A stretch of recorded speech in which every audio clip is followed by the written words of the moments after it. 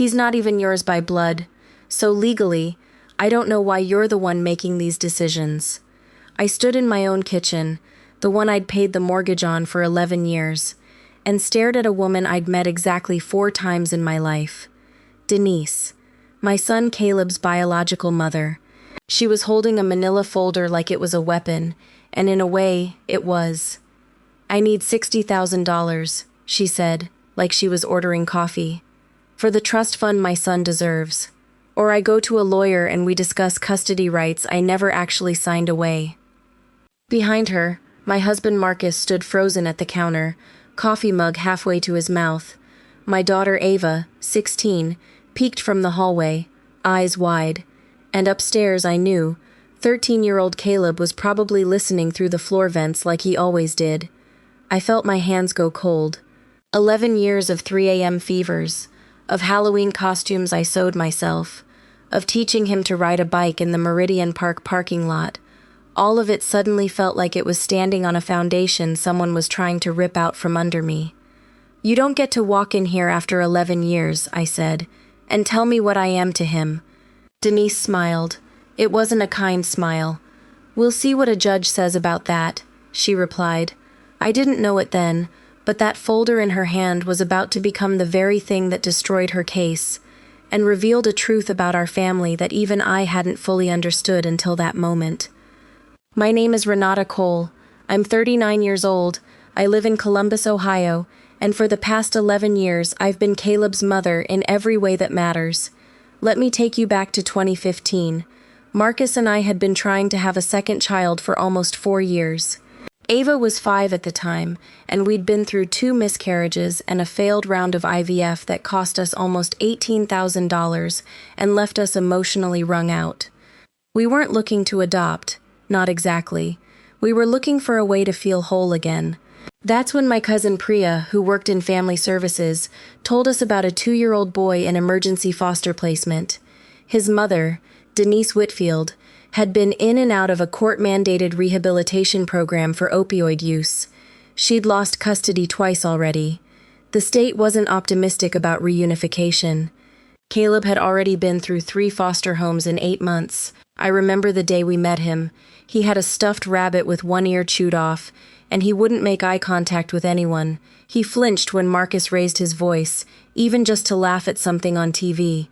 It took us 14 months to finalize the adoption. Denise's rights were terminated by the Franklin County Family Court in March of 2017, not because we fought her, but because she failed to complete 3 consecutive reunification plans. She missed 16 out of 20 required supervised visits. I have the court records. I've kept every page. We didn't hide any of this from Caleb. When he was old enough, around age 7, we sat him down and told him the truth, gently, in pieces, the way adoption counselors recommend. We told him his birth mother loved him, but wasn't able to take care of him safely. We never badmouthed her. I want to be clear about that, because it matters later. For years, life was just life. Ordinary, beautiful, exhausting life. Caleb called me Mom starting the week he moved in, unprompted, and it wrecked me every time. He played travel league baseball. He was obsessed with dinosaurs until he was 10, then obsessed with building PCs. Ava adored him. She used to introduce him as my brother, with this fierce pride, daring anyone to say otherwise. We took the same beach trip to Hilton Head every July. We had the same Thanksgiving traditions, Marcus's terrible attempt at a turkey, my mother-in-law's real one as backup. We were, by every visible measure, a normal, happy family of 4. But there were cracks, small ones, the kind you convince yourself don't mean anything. Like the time at my sister-in-law Patricia's 50th birthday party, when Patricia was doing a slideshow of family through the years, and every photo of Caleb had a caption like, Renata and Marcus's foster success story. Never just family. I brought it up gently to Marcus in the car. He said, "You're reading into it. She didn't mean anything by it." Or the time Marcus's father, during a heated argument about inheritance planning when Caleb was 10, said, "Well, obviously the house goes to Ava since she's blood," before catching himself and backpedaling into an awkward apology. Caleb never said anything about these moments, But I noticed he started asking questions around age 11, quiet ones, dropped almost casually. Do you love me the same as Ava? Would you have adopted me if you'd had another baby instead? Am I really your son? Or just your responsibility? Every time I held his face in my hands and told him the truth, that love isn't measured by blood, that he was chosen, that choosing is sometimes more powerful than biology could ever be. He'd nod, he'd smile, but I could see something in his eyes that never fully unclenched. I didn't know then that those small cracks were about to become a fault line, and that the woman who gave him up would be the one to blow it wide open. Denise first resurfaced in September of 2023, nearly 6 years after her rights were terminated. It started small. A friend request on Facebook to Caleb, who at 12 had just gotten his first phone and social media account. I found out because Ava, ever the protective older sister, screenshotted it and sent it to me before Caleb even responded. I didn't panic. I called Priya, who still had contacts in family services, and she confirmed Denise had completed a rehabilitation program 2 years prior and was, by all accounts, doing better. That didn't erase what had happened. It didn't restore any legal standing, but it did mean she was, apparently, trying to reconnect. I made a decision that, looking back, I still believe was the right one, even if it opened a door I couldn't close again. I talked to Caleb. I asked him what he wanted. Maybe I could just talk to her, he said. Just to know her. Not instead of you guys. Just also. That word, also, broke something in me. In the best way. He wasn't choosing sides. He just wanted to know where he came from. We agreed to a supervised video call. Then a second one. By December, Denise asked to meet in person, at a public park, with Marcus and me present. It went fine. She was quieter than I expected, more careful with her words. She thanked us. She cried a little. I actually left that meeting feeling okay about it. That was our first mistake. Believing gratitude was the same as good intentions. By February 2024, Denise was asking for more contact, unsupervised time, overnight visits. When I gently pushed back, reminding her that legally she had no custodial rights and that trust needed to be rebuilt slowly, her tone shifted. I gave him life, she said, during a phone call I still have saved. You just did the paperwork. I remember sitting on my bathroom floor after that call, running that sentence over and over in my head. You just did the paperwork. 11 years of stitches and school projects and 2 a.m. nightmares, reduced to paperwork. Then came the moment that changed everything. The incident that, in hindsight, was the true beginning of the war. It was Caleb's 13th birthday party, April 2024, in our backyard. 30 people, a rented bounce house, way too much cake. Denise had been invited, cautiously, at Caleb's request, and she brought her own mother, Caleb's biological grandmother, a woman named Sharon. During the gift opening, Sharon said, loud enough for half the yard to hear, "It's so nice you all let his real family be part of this." Silence. That specific, ringing silence you get when a room full of people all hear something terrible and nobody knows what to do first. I looked at Marcus. Marcus looked at his mother, hoping she'd say something. She didn't. Later that night, after everyone left, I confronted Denise gently, trying to keep the peace for Caleb's sake. Denise, that comment really hurt. Both of us are his real family. That's not up for debate. She crossed her arms. I didn't say anything wrong. My mother's just proud. You're being sensitive. She called herself his real grandmother in front of 30 guests. Because she is, Denise said, flat, unapologetic. I'm not trying to fight with you, Renata. I'm just saying facts. I brought it up with Marcus's side too, hoping for backup, hoping someone would validate what I felt. Instead, my mother-in-law sighed and said, "Can we please not make this a whole thing? It was one comment. You're overreacting." You're overreacting. The magic words every family uses to make you doubt the very real thing you just witnessed. That night, I found Caleb sitting on the porch steps alone, turning his new watch over in his hands. Am I your real family? Or her real family? he asked, not looking at me.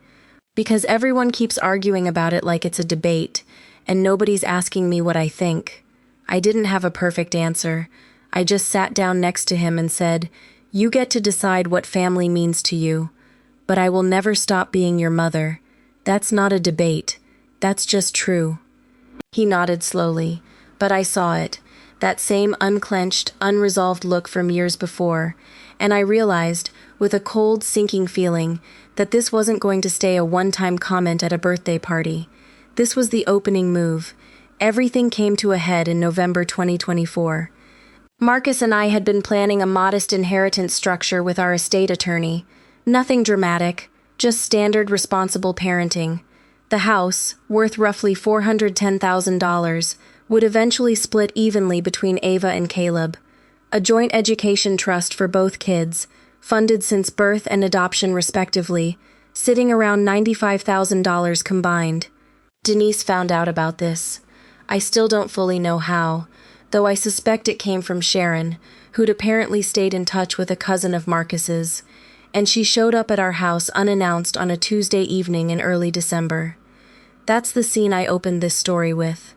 "He's not even yours by blood, so legally, I don't know why you're the one making these decisions," she said, holding that manila folder.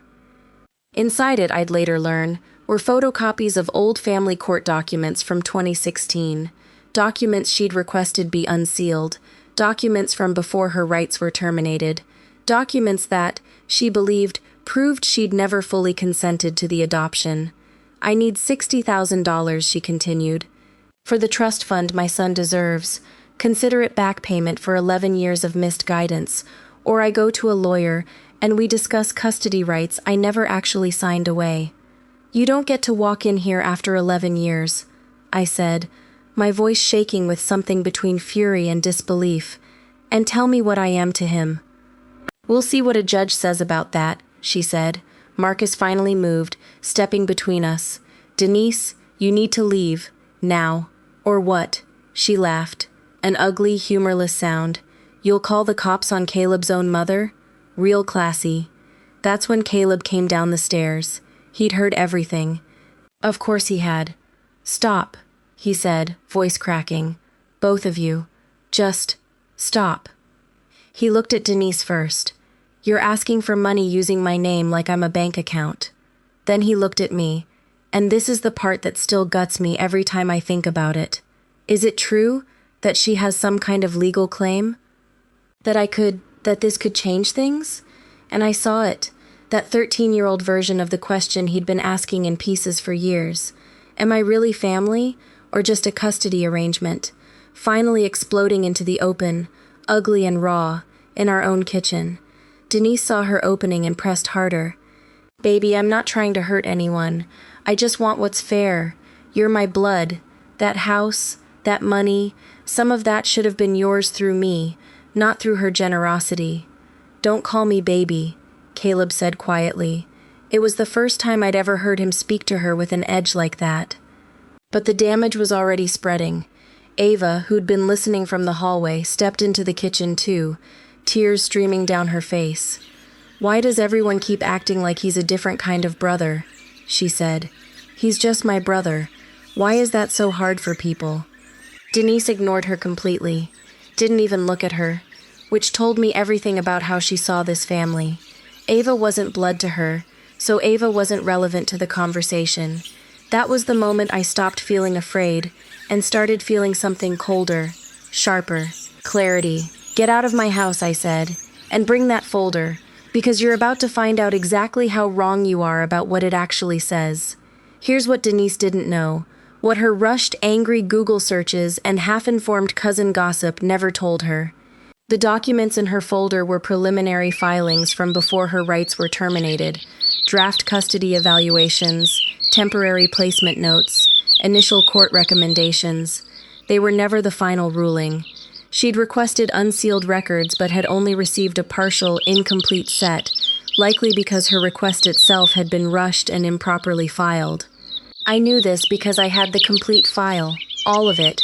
Every page of the Franklin County Family Court's final termination order from March 14, 2017, plus the finalized adoption decree from August 2017, signed by Judge Ellen Marchetti. I'd kept physical copies in a fireproof lockbox for 8 years, plus digital scans backed up in 3 places, because Priya, my cousin in family services, had drilled into me early on, always keep your own records. Never rely on anyone else's paperwork. The next morning, I called our family attorney, Gordon Reyes, who'd handled the adoption originally. I sent him photos of Denise's folder that I'd taken discreetly on my phone the night before, plus our full documentation. His response came within 2 hours. "Renata, this isn't even close," he said. Her parental rights were fully and permanently terminated in 2017. There is no reunification clause, no revocation window, nothing. She has 0 legal standing, not for custody, not for financial claims, not for anything. If she pursues this, she's not just going to lose. She could be looking at harassment charges given the context of her demands. We requested a formal meeting. Denise, her mother Sharon, Marcus, myself, and Gordon, at his office, on a Thursday in mid-December. Denise walked in with the same confidence from our kitchen. She sat down and immediately said, "I have documentation showing procedural issues with the original case." Gordon slid our full file across the table, not raised voice, not dramatic, just calm, methodical fact. "Ms. Whitfield, what you have are preliminary drafts. This," he said, tapping the final termination order, "is the actual, final, legally binding ruling. Your rights were terminated permanently in March 2017. There is no ambiguity here, and there is no path to any custodial or financial claim on this child. None." I watched Denise's face change in real time. The confidence cracked. She flipped through the pages, her hands moving faster, more frantic, like if she just looked hard enough, something would rearrange itself in her favor. "This can't be right," she said. "My cousin said." "Your cousin isn't an attorney," Gordon said, not unkindly.